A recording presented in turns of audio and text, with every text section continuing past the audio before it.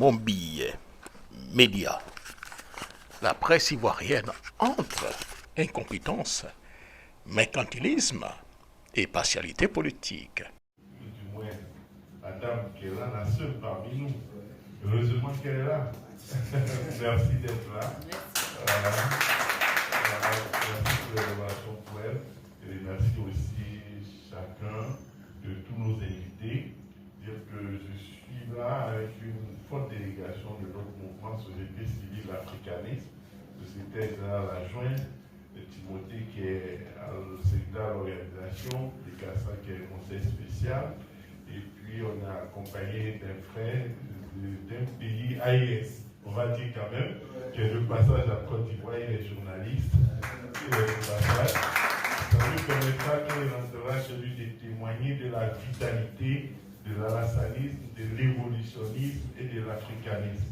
Et par ailleurs, je suis président de la Société civile africaniste. Donc, quand j'ai été informé, quand j'ai vu alassanisme, évolutionnisme et africanisme, j'ai dit, mais attends, africanisme, mais je dois venir évolutionnisme. Bien sûr, tout le monde, comme il a dit, l'évolutionnisme, le darwinisme, c'est une théorie qu'on connaît, c'est assez important. Et puis, alassanisme, je vais dire quelque chose. En réalité, dans un pays, on appelle le président de la République le père de la nation. On est d'accord? Le père de la nation. Le père de la nation est le père de tout le monde. On est tous ivoiriens, n'est-ce pas? Est-ce que quelqu'un peut se fâcher contre son pays? Est-ce que peut-être se fâcher contre ton père? Ou quand tu n'es pas d'accord avec ton père, il n'est plus ton père? Si on est d'accord que ton père reste ton père, mais si tu n'es pas d'accord, si on est d'accord qu'on est ivoirien, toujours, même quand on est fâché contre son pays, on peut en déduire que peut-être tout le monde est alassaniste.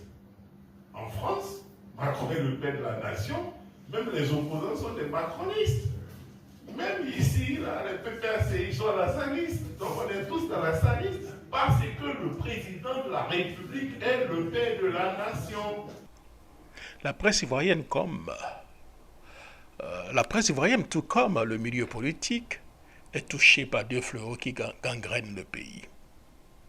D'un côté, l'incompétence dans le traitement des informations caractérisée par la superficialité partisane et une qualité d'écriture médiocre.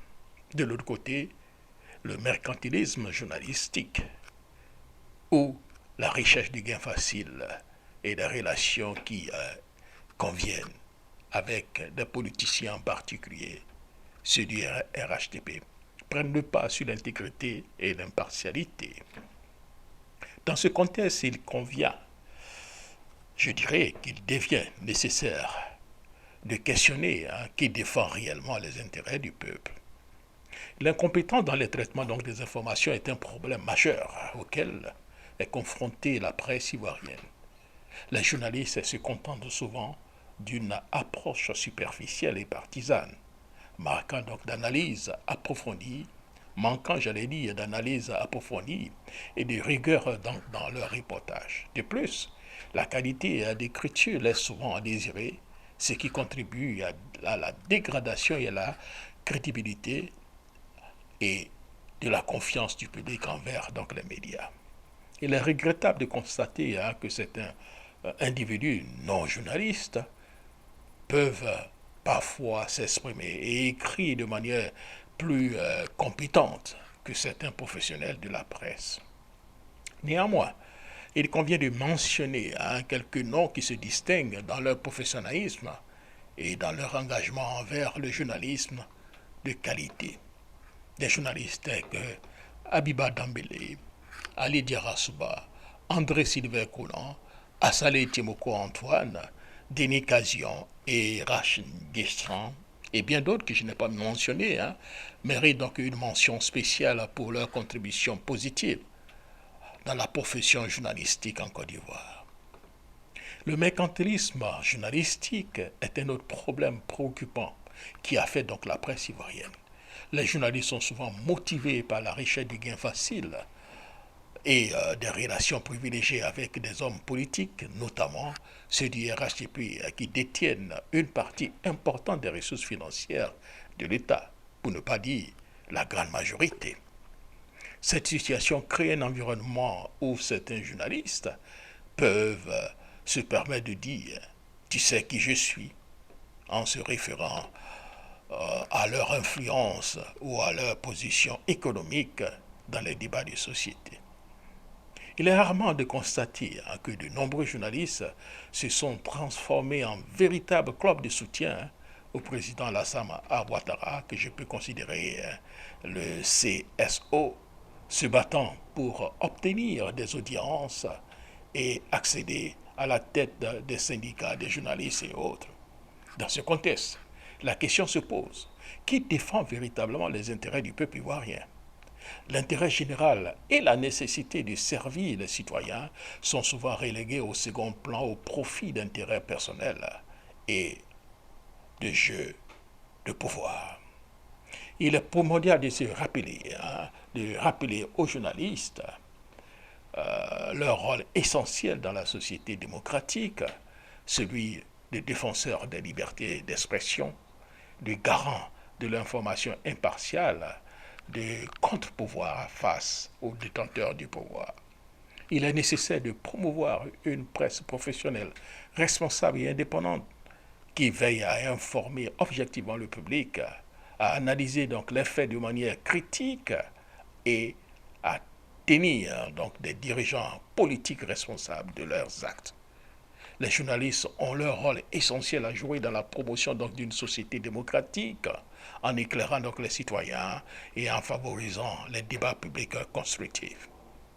Il est nécessaire d'encourager la formation continue des journalistes afin donc de renforcer leurs compétences professionnelles et éthiques.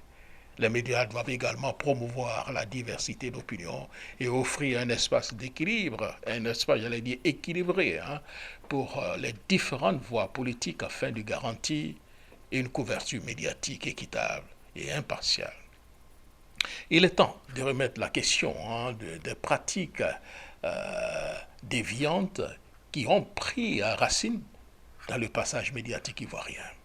Les médias doivent s'engager à respecter les principes journalistiques fondamentaux, tels que l'exactitude, la transparence et l'indépendance éditoriale.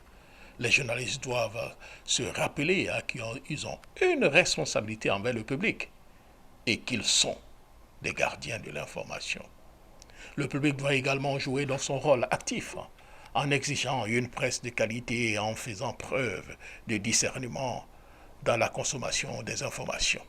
Il est important de diversifier donc les sources d'information, de vérifier les faits et d'adopter une attitude critique vis-à-vis des discours médiatiques. En conclusion, la presse ivoirienne est confrontée à des défis majeurs, notamment l'incompétence, le mercantilisme et la partialité politique. Toutefois, il existe encore des journalistes dévoués à leur métier qui s'efforcent à promouvoir un journaliste de qualité.